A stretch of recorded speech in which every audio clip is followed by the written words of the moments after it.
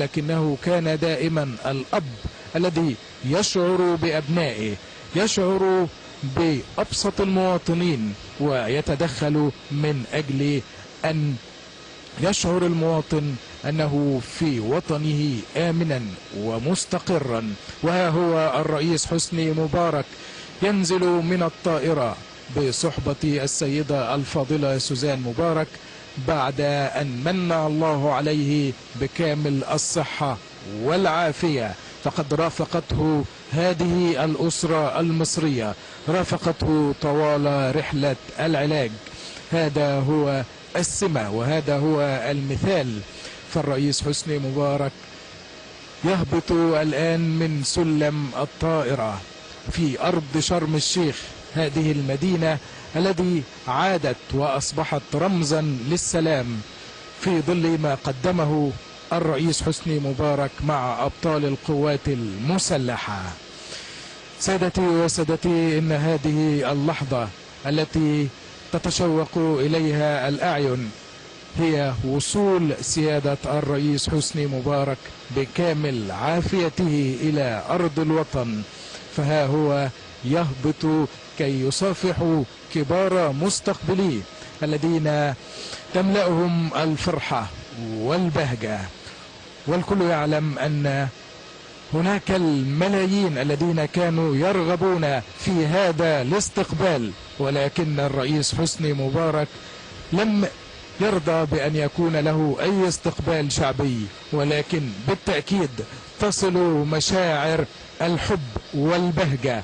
ويتقدم المصافحين الدكتور أحمد فتحي سرور والسيد صفوة الشريف والدكتور أحمد الطيب شيخ الأزهر وبابا الإسكندرية بطريرك الكرازة المرقسية البابا شنودة، ويدير معهم حوارا وديا يطمئنون على صحة سيادته ويطمئن هو على الأحوال داخل الوطن. الرئيس حسني مبارك يقبل مستقبليه المشير حسين طنطاوي وزير الدفاع، وأيضا وزراء الإعلام والداخلية والمالية والثقافة والتعاون الدولي والطيران والتنمية المحلية ووزير الصحة، والسيد عمر سليمان رئيس جهاز المخابرات ومحافظ جنوب سيناء، وكبار قادة القوات المسلحة، وأيضا كبار قادة الداخلية والشرطة المصرية. سادتي وسادتي، لقد من الله سبحانه وتعالى على سيادة الرئيس بكامل الصحة.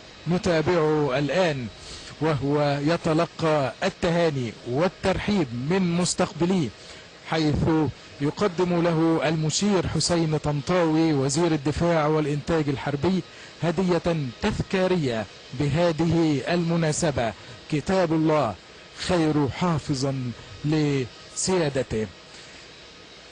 سيدتي وسادتي، إن هذا الاستقبال وهذه النماذج التي جاءت إنما هي رموز فقط، والملايين أرادت أن تشارك، وهي تشارك بدعواتها التي تابعناها طوال فترة العلاج التي استمرت ل3 أسابيع، ليعود بعدها الرئيس حسني مبارك يواصل النشاط ويواصل عمله كما كان، ويتلقى التهنئة من مستقبليه ورموز الدولة.